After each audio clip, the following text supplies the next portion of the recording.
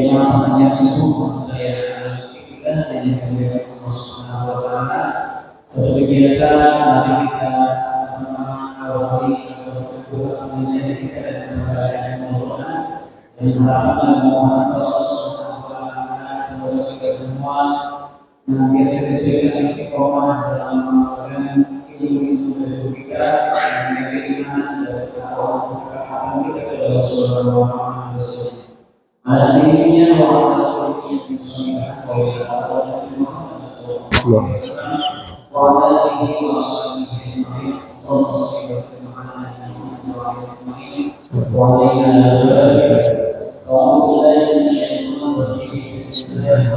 alhamdulillah wa alhamdulillah rabbil alamin arrahmanir rahim maliki yaumiddin iyyaka na'budu wa iyyaka nasta'in ihdinas siratal mustaqim صراط الذين أنعمت عليهم غير المغضوب عليهم ولا الضالين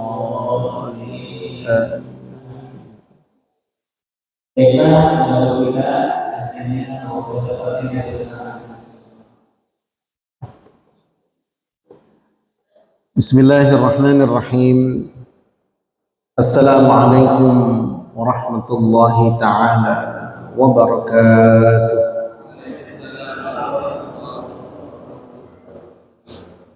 Alhamdulillahi rabbil alamin. Allahumma lakal hamdu kulluh wa lakal syukru kulluh wa ilaika yurja'ul amru kulluh alaniyatuhu wa sirruh. Allahumma fassalli wa sallim ala habibina wa syafi'ina wa maulana Muhammadin wa ala alihi wa ashabihi wa man tabi'ahum bi ihsanin ila yaumiddin.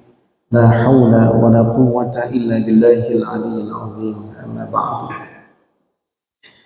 Ma'asyiral hadirin hafizakumullah.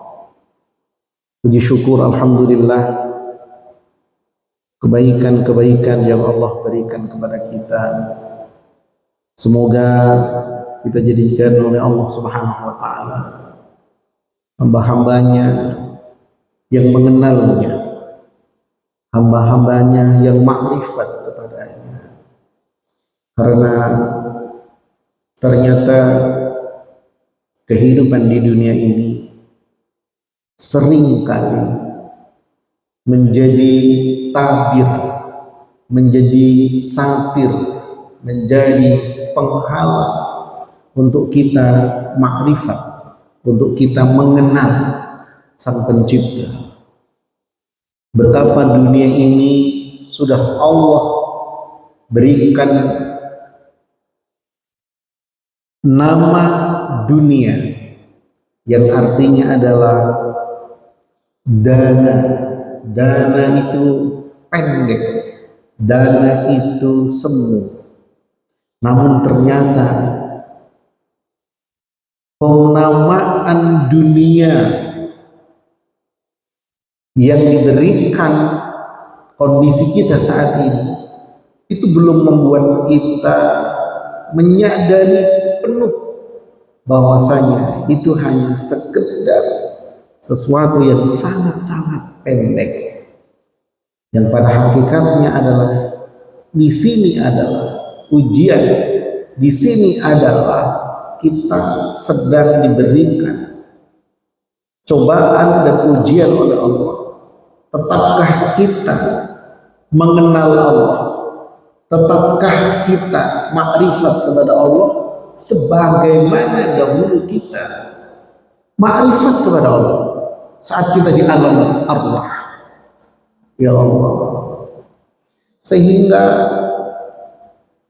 keadaan dunia yang fana ini, apalagi sudah dikatakan dunia fana, itu belum cukup memberikan pemahaman, belum cukup memberikan pengertian, kesadaran kepada kita bahwasanya dunia ini hanya sementara. Bahkan Allah sampaikan laibun walahun. Tapi kita tetap saja tertarik dengan dunia ini.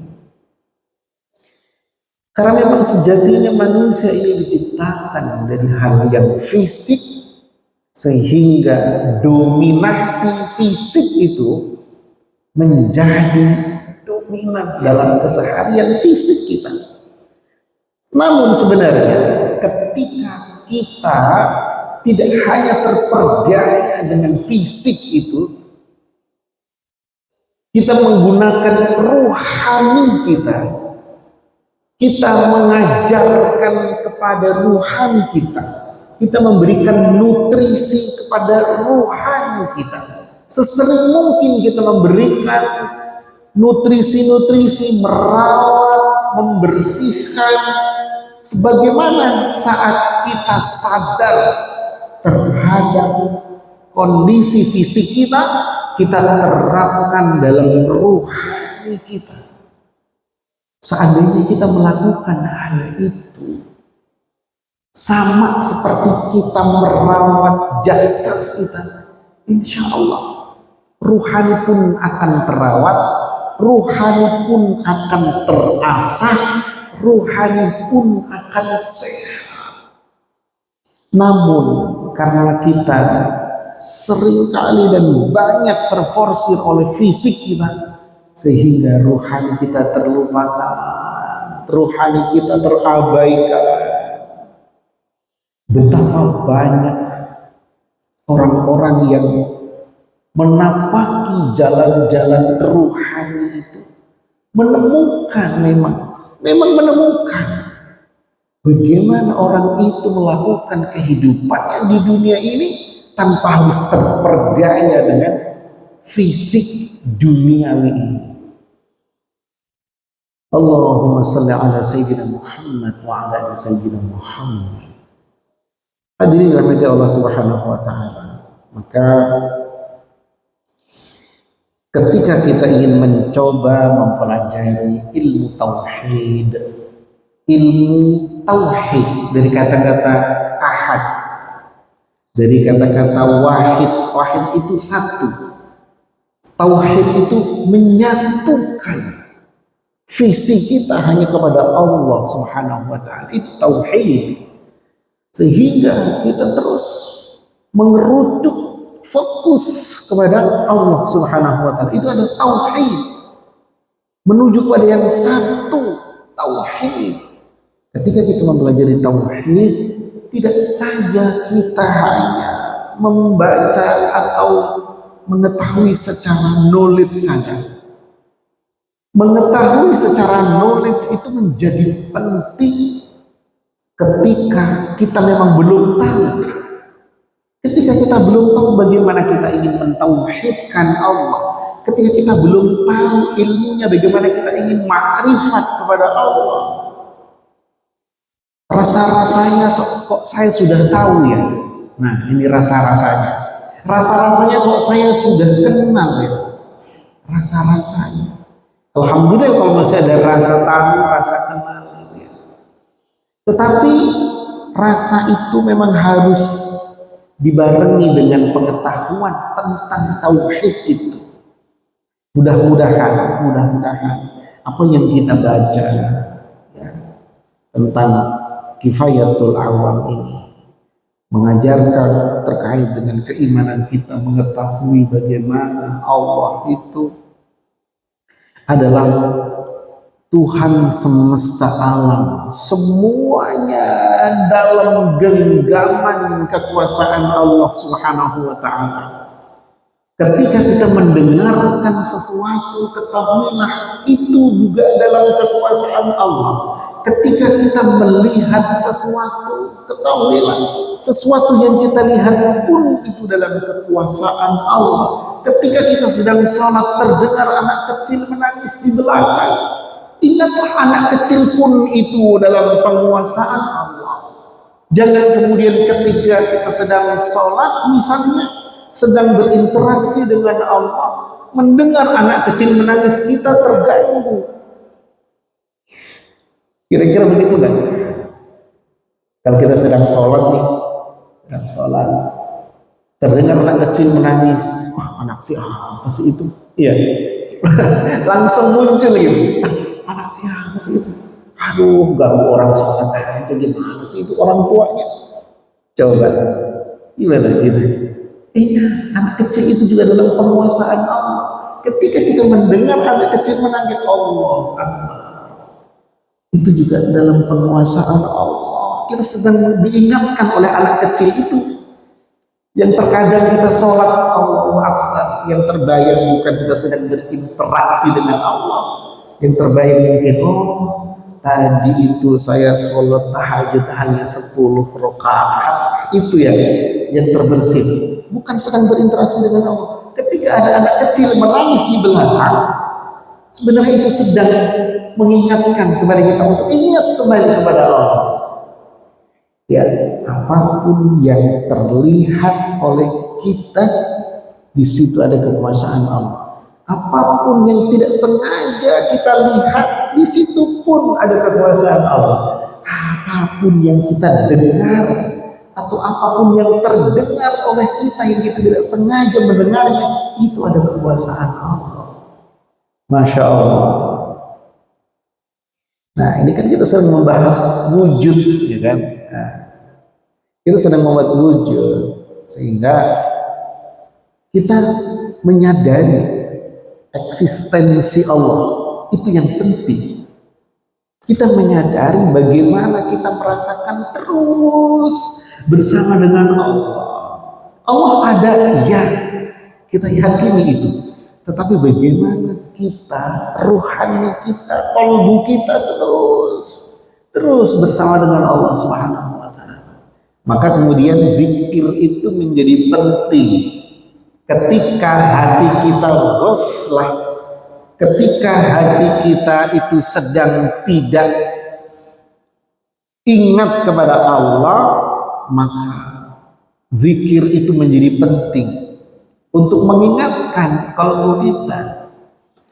Zikir lisan menyebut asma Allah, Allah, Allah, Allah, Allah, Allah, Allah. Itu dalam rangka apa? Kalau orang Jawa bilang ngontel itu apa? Ibarat mesin diesel itu kan, untuk menyalakan mesin itu kalau dulu pakai dikontel dulu kan. Jeglek, jeglek, jeglek, jeglek, jeglek, jeglek, jeglek, jeglek, jeglek. Kalau sudah jalan sudah lepas. Kalbu kita yang berzikir. Allah, Allah, Allah, Allah, Allah, Allah, Allah, Allah, Allah. Yang terlihat semuanya adalah dalam kekuasaan Allah. Sahabat-sahabat kita, ya Allah, dalam penguasaan Allah. Mohon maaf ketika kita di jalan gitu ya, ada orang yang berkelakuan tidak baik, terlihat oleh pandangan mata kita. Ingat, jangan kemudian kita memaki secara fisik, tapi kita tidak suka atas kelakuannya itu. Tapi ingat juga, jangan-jangan kita pun suatu saat akan mengalami hal seperti itu. Menjadi koreksi buat kita. Yang kita lihat ada dalam kekuasaan Allah. Allah. Masya Allah. Ya, jadi ketika kita ingin membahas ilmu tauhid, sebenarnya kita harus membalansi dengan ilmu akhlak. Ya, ini akidah. Ketika kita membahas akidah, kita harus membalansinya dengan ilmu akhlak. Akhlak kepada diri kita, akhlak kepada Allah Subhanahu wa Ta'ala. Sehingga ilmu tauhid atau ilmu akidah yang kita pelajari ini tidak hanya semata-mata knowledge ansih, tidak semata-mata pengetahuan saja, tapi kita juga harus bisa merasakan itu dalam perilaku kita. Kita ejawantahkan dalam kita menghadapi apapun itu.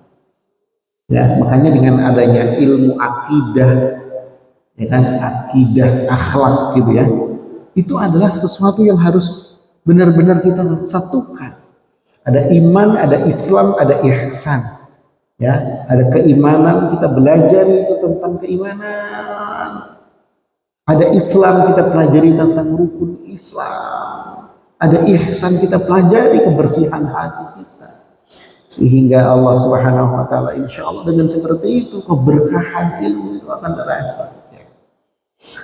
Allahu Allahu Allahu Allah Allahu Allahu Allahu Allah Allahu Allahu Allahu Allah Allahu Allahu Allahu Allah. Apapun yang kita ucapkan dengan kalimat Allah, dengan narasi apapun, itu dalam rangka untuk mengingatkan kalbu kita untuk mengingat kepada Allah. Bahkan terkadang kenapa orang itu zikirnya itu kok kenceng-kenceng gitu ya? Kenapa coba? Kenapa kadang orang harus kenceng gitu? Bukankah Allah itu maha tahu? Bukankah Allah itu maha mengetahui kalbu kita? Terkadang karena hati kita itu lalai, harus diingatkan. Tapi kalau hati kita sudah ingat kepada Allah, ya sudah, tidak usah dikeraskan lagi itu zikir. Allah, Allah, Allah, Allah, Allah, Allah. Tarikan nafas kita, hembusan nafas kita, itu adalah kalimat-kalimat thayyibah yang keluar masuk dalam kalbu kita. Detak jantung kita, tek, tek, tek, tek, tek, tek. Itu adalah ungkapan kita untuk berzikir kepada Allah. Allah, Allah, Allah, Allah, Allah, Allah, Allah, Allah, Allah, Allah. Masya Allah, kekuatan zikir itu dalam kalbu kita ketika kita meyakininya, Masya Allah. Bahkan ada kalimat-kalimat yang ketika kalimat itu atau ayat itu ketika kalimat atau ayat itu tentang kekuasaan kemahabesaran Allah, itu dahsyatnya luar biasa dibanding ayat-ayat yang lain. Contoh satu ayat saja, ayat kursi misalnya. Ayat kursi itu kan ayat tentang bagaimana Allah menguasai langit dan bumi ini, tidak tidur, tidak lupa. Ayat kursi itu luar biasa tentang kehebatan, kemahahebatan Allah. Maka ayat kursi itu sering menjadi andalan gitu. Ketika ada bahaya, ketika apa, kita gantungkan kepada Allah Subhanahu wa taala. Ya, ulama-ulama kita sudah memilihkan gitu ya, karena petunjuk dari Rasulullah Muhammad SAW.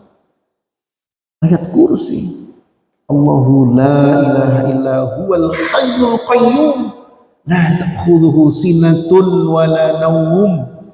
Masya Allah, lahu ma fis samawati wa ma fil ardh. Selalu terjaga dan selalu menguasai alam dunia jagat raya ini.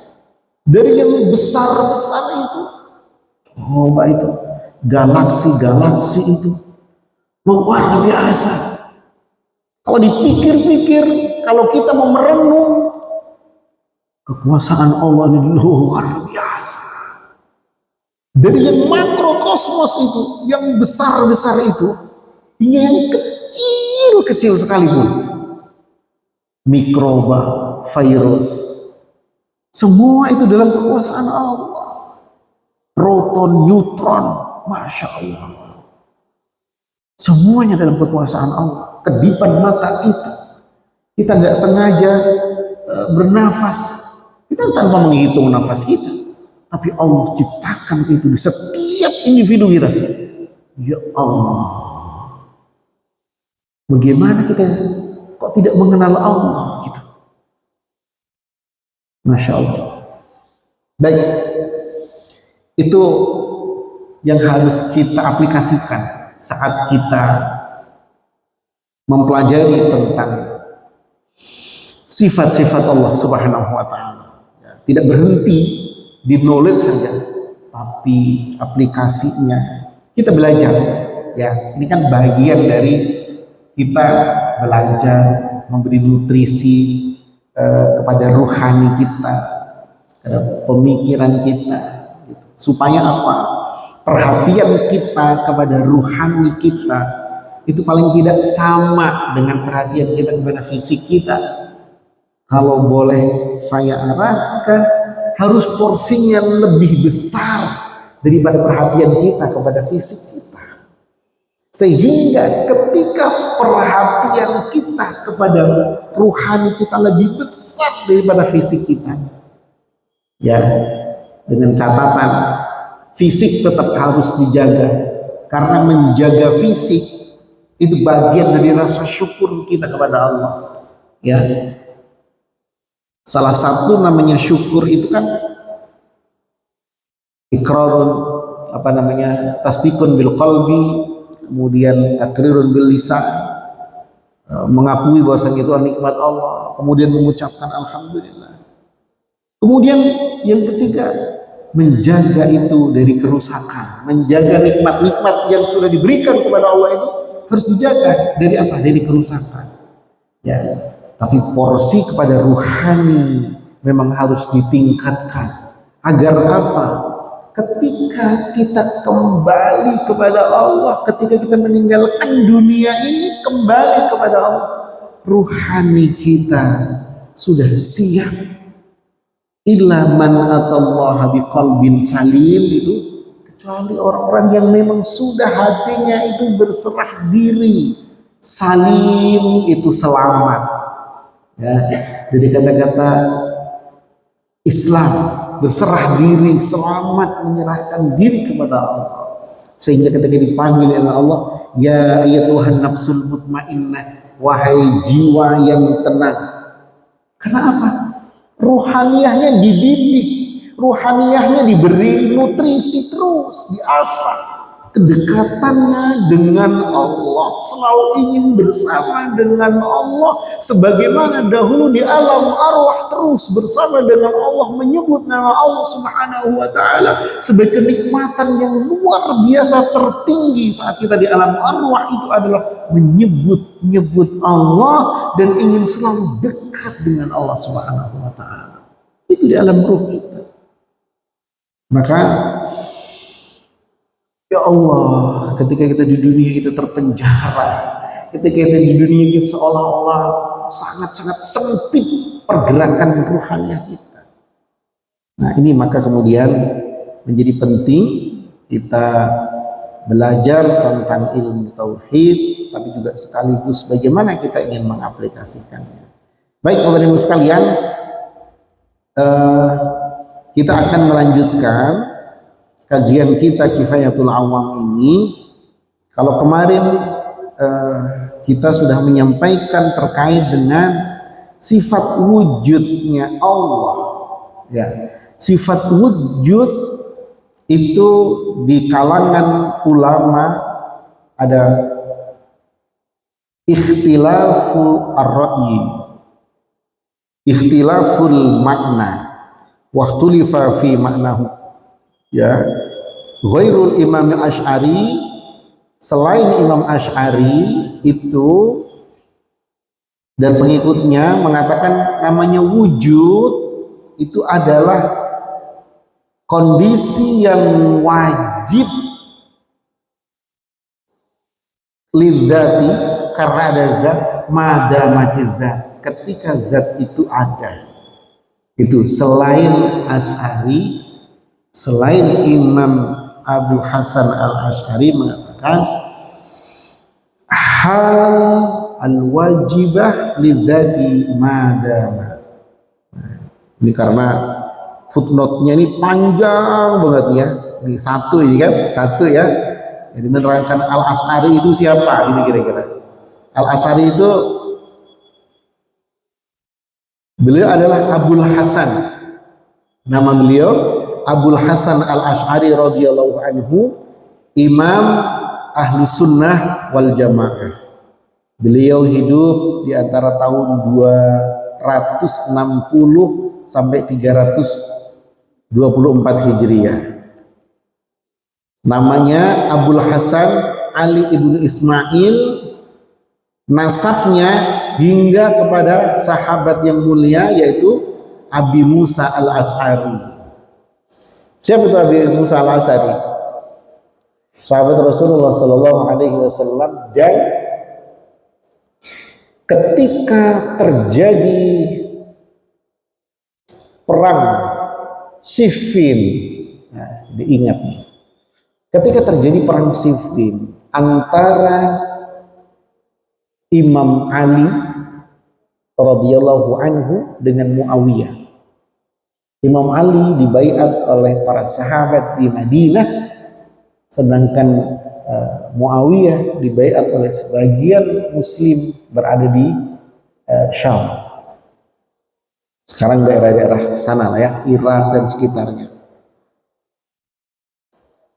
Ketika terjadi perang Siffin itu terlihat hitung-hitungan strategi perang fisiknya Sayyidina Ali sudah hampir menang. Muawiyah sudah terdesak. Nih, kondisinya luar biasa. Sehingga kemudian ini nanti terjadi tahkim. Ya, tahkim daumatul jandal. Tahkim daumatul jandal namanya. Ketika kondisi sudah seperti itu, kan sudah berkecamuk segala macam gitu ya. Kemudian dari pihak Muawiyah mengangkat Al-Quran. Lembaran mushaf Al-Quran diangkat di ujung tombak. Artinya apa? Menyerahkah? Nah, ini respon pasukan Sayyidina Ali berbeda-beda. Ada yang mengatakan, ya Ali, itu mereka sudah menyerah, sudah hentikan pertempuran ini, gitu kan? Ada satu lagi pasukan Sayyidina Ali, jangan, itu hanya taktik perang mereka saja agar mereka tidak terkalahkan. Terjadi tuh perselisihan pendapat di internal Sayyidina Ali, pasukan Sayyidina Ali, yang kemudian akhirnya ya sudahlah, itu kan mereka sudah sesama muslim, sudah mengangkat Al-Quran, tanda mereka ini adalah menyerah gitu. Jangan, itu hanya taktik perang mereka saja, gitu kan? Akhirnya perseteruan perselisihan itu terjadi ketegangan, dan kemudian kelompok yang menyarankan untuk menerima tanda menyerah itu, tanda tahkim itu, kemudian unggul. Akhirnya apa? Akhirnya terjadilah diplomasi. Karena ini kan kondisinya siapa yang akan kita angkat menjadi pemimpin? Ali atau Muawiyah? Itu permasalahannya. Jadi sekali lagi ini masalah politik ya, mohon maaf ya. Kondisi pada saat itu seperti itu. Akhirnya Sayyidina Ali mengutus seseorang untuk menjadi duta, ya, perwakilan kelompok Sayyidina Ali, pasukan Sayyidina Ali, dan Muawiyah mengutus satu orang lagi. Nah, yang dari kelompok Sayyidina Ali ini yang diutus adalah siapa? Abu Musa al-Asy'ari ini. Nah, jadi silsilah Imam Ahlus Sunnah wal Jamaah itu yaitu Abu Hasan al-Asy'ari nyambung sampai kepada Abu Musa al-Asy'ari. Ya, Abu Hasan al-Asy'ari, ya kan, Imam Ahlus Sunnah wal Jamaah. Nenek moyangnya, kakek moyangnya siapa? Abu Musa. Kalau ini adalah Abul Hasan, ya. Kakek neneknya sahabat Nabi-nya adalah Abu Musa al-Asy'ari. Gitu. Nah, terlepas dari peperangan itu, ini kan sebenarnya ingin menarik nasab, gitu kan. Ini perang Siffinnya di sini, karena menarik ini, menarik sekali. Terjadilah perbincangan antara dua duta itu, dua belah pihak. Yang kemudian kesepakatannya adalah, ya udah kita serahkan kepada umat. Pada saat itu tuh kita serahkan kepada umat. Nah, strategi diplomasinya luar biasa ini. Dari pihak Muawiyah tadi kan sudah merasa terdesak. Dia seolah-olah mengakui keterdesakan dalam perang fisiknya, sehingga memberikan kesempatan kepada Abu Musa al-Asy'ari untuk mengumumkan kesepakatan kita tadi itu. Ya sudah, kami memberikan kesempatan kepada Abu Musa al-Asy'ari untuk menyampaikan kesepakatan kita kepada seluruh pasukan. Yang kesepakatan tadi adalah menyerahkan kepada umat. Siapa yang akan kita pilih, kita serahkan kepada umat. Tampillah Abu Musa al-Asy'ari menyampaikan itu. Begitu disampaikan oleh Abu Musa al-Asy'ari, wahai umat muslim, keputusan untuk siapa yang akan kita angkat menjadi pemimpin diserahkan kepada umat, kepada kalian semua. Terus gimana kondisinya? Apakah langsung? Tidak. Ternyata umat pun bingung akhirnya. Gimana nih? Coba, luar biasa. Akhirnya tampil perwakilan dari Muawiyah. Apa diumumkannya? Yang diangkat menjadi imam adalah Muawiyah. Coba, karena kondisinya sudah chaos. Subhanallah. Ini taktik luar biasa yang secara fisik sudah hampir kalah, gitu ya. Tapi secara diplomasi ternyata memenangkan. Disinilah kemudian pasukan Sayyidina Ali mau tidak mau, karena sudah mempercayakan kepada kedua orang tadi, akhirnya menerima dengan segala kekecewaan yang terjadi.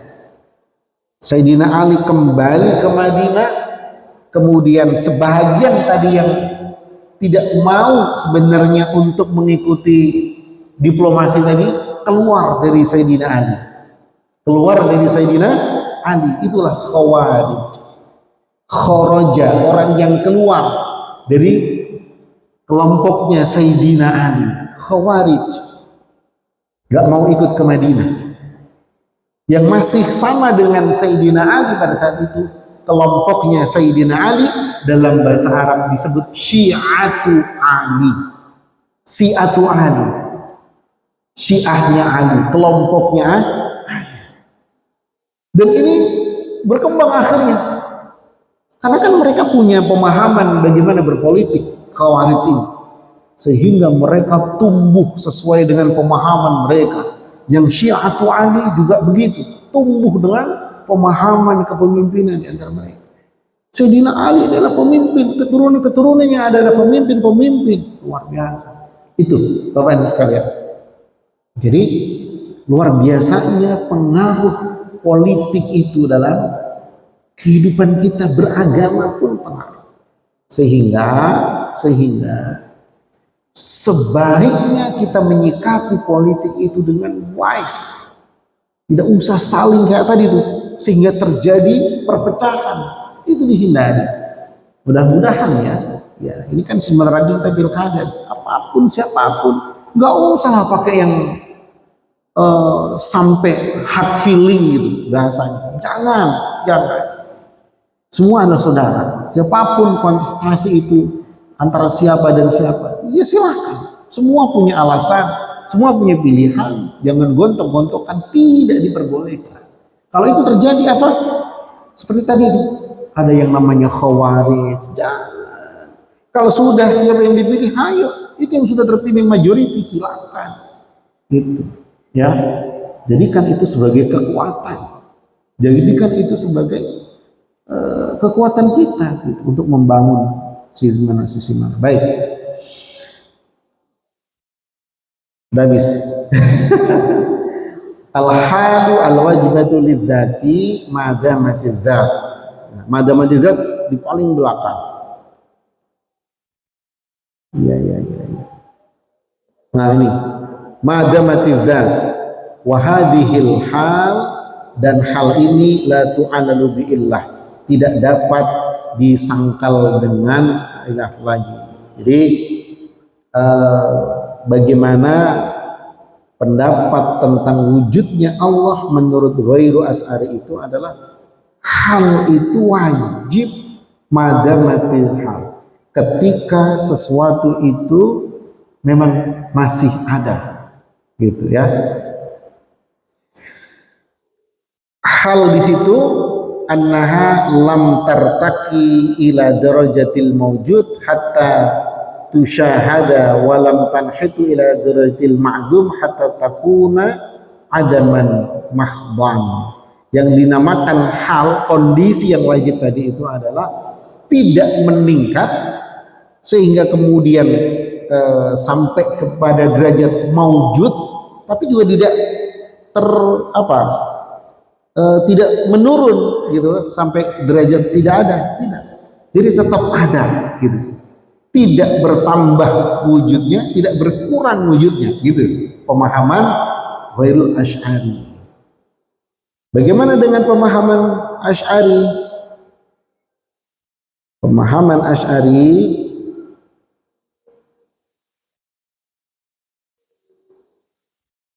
gini. Al-wujudu ainul mawjud. Wah, baterainya saya habis. Yang namanya wujud itu adalah memang zatnya itu ada. Kalau tadi kan al-hal al-wajibah madamati zat, hal kondisi yang wajib ada sepanjang zat itu ada. Kalau ini enggak. Kalau Imam Asy'ari wujudnya itu adalah ainul wujud, ya ada gitu saja, tidak ada embel-embel, sama-sama ada, tetapi cara memahaminya berbeda. Kalau Imam Asy'ari memahaminya wujudnya ainul wujud, ada tanpa ada label apapun, gitu kira-kira, ya, mutlak adanya. Nah, ini sebenarnya kuncinya di situ. Fa'ala hadha wujudillah ainu dzatihi ghairu zaidin alaihi fil kharij. Makanya kondisi yang ada ini, kondisi yang ada itu, zatnya Allah itu adalah wujudnya itu benar-benar sudah seperti itu wujudnya. Seperti apanya itu tidak penting, karena memang kita tidak bisa menjangkau wujud ainul wujudnya Allah itu. Gitu. Sehingga di dalam pemahaman Abul Hasan Al-Asy'ari itu mutlak wujudnya Allah itu tidak bisa diberikan label atau qarinah atau ilat dalil-dalil yang lain. Ya sudah, wujuduhu ainul wujud. Adanya Allah itu ada. Paten ya, gitu. Nah, mungkin kalau kita tarik ke dalam perbandingan cara